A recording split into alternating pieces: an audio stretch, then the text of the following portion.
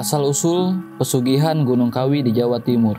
Gunung Kawi adalah sebuah gunung berapi di Jawa Timur, Indonesia, dekat dengan Gunung Butak. Tidak ada catatan sejarah mengenai letusan gunung berapi ini. Gunung Kawi terletak di sebelah barat kota Malang, merupakan objek wisata yang perlu untuk dikunjungi bila kita berada di Jawa Timur. Karena keunikannya, objek wisata ini lebih tepat dijuluki sebagai kota di pegunungan. Di sini kita tidak akan menemukan suasana gunung yang sepi, tapi justru kita akan disuguhi sebuah pemandangan mirip di negeri Tiongkok zaman dahulu. Di sepanjang jalan, kita akan menemui bangunan-bangunan dengan arsitektur khas Tiongkok, di mana terdapat sebuah kuil atau kelenteng, tempat untuk bersembahyang atau melakukan ritual khas Konghucu.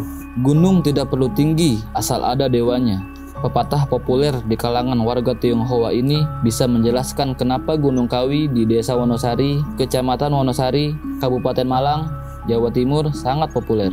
Kawi bukan gunung tinggi, hanya sekitar 2000 meter, juga tidak indah. Tapi gunung ini menjadi objek wisata utama masyarakat Tionghoa. Tiap hari, ratusan orang Tionghoa, termasuk orang pribumi, naik ke Gunung Kawi. Masa liburan plus cuti bersama lebaran ini sangat ramai.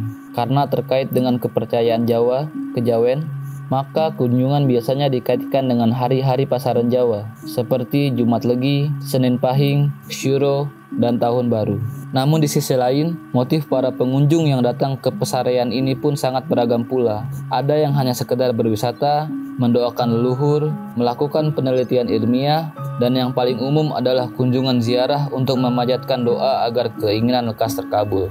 Asal-usul pesugihan Gunung Kawi, awalnya makam Eyang Jugo di Gunung Kawi tidak dikenal sebagai tempat pesugihan, hingga datangnya sosok pria dari daratan Cina bernama Tamyang. Dikisahkan, Eyang Jugo pernah melakukan perjalanan ke daratan Cina. Suatu ketika, dia bertemu dengan seorang perempuan hamil yang kehilangan suaminya. Lalu, Eyang Jugo membantu ekonomi janda yang hidup dalam kemiskinan ini. Tentu saja, perempuan ini sangat senang dan berterima kasih dengan bantuan Eyang Jugo, sesuatu yang sudah menjadi tabiat Eyang Jugo dalam membantu sesama. Ketika Eyang Jugo hendak kembali ke Pulau Jawa, dia berpesan kepada janda itu agar jika anaknya sudah besar, kelak disuruh datang ke Gunung Kawi di Pulau Jawa. Anak dari janda miskin inilah yang diberi nama Tamyang. Pada era tahun 40-an, datanglah Tamyang ke Gunung Kawi.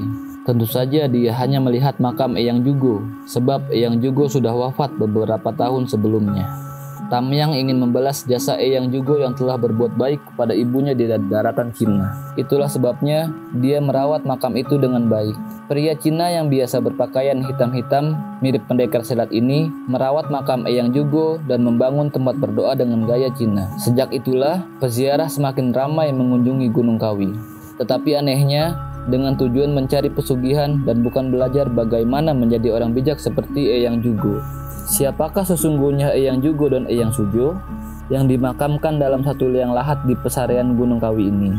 Menurut Suryo Widagdo, Eyang Jugo atau Kiai Zakaria II dan Eyang Sujo atau Raden Mas Imam Sujono adalah bayangkara terdekat Pangeran Diponegoro. Pada tahun 1830, saat perjuangan terpecah belah oleh Siasat Company dan Pangeran Diponegoro tertangkap kemudian diasingkan ke Makassar, Eyang Jugo dan Eyang Sujo mengasingkan diri ke wilayah Gunung Kawi ini.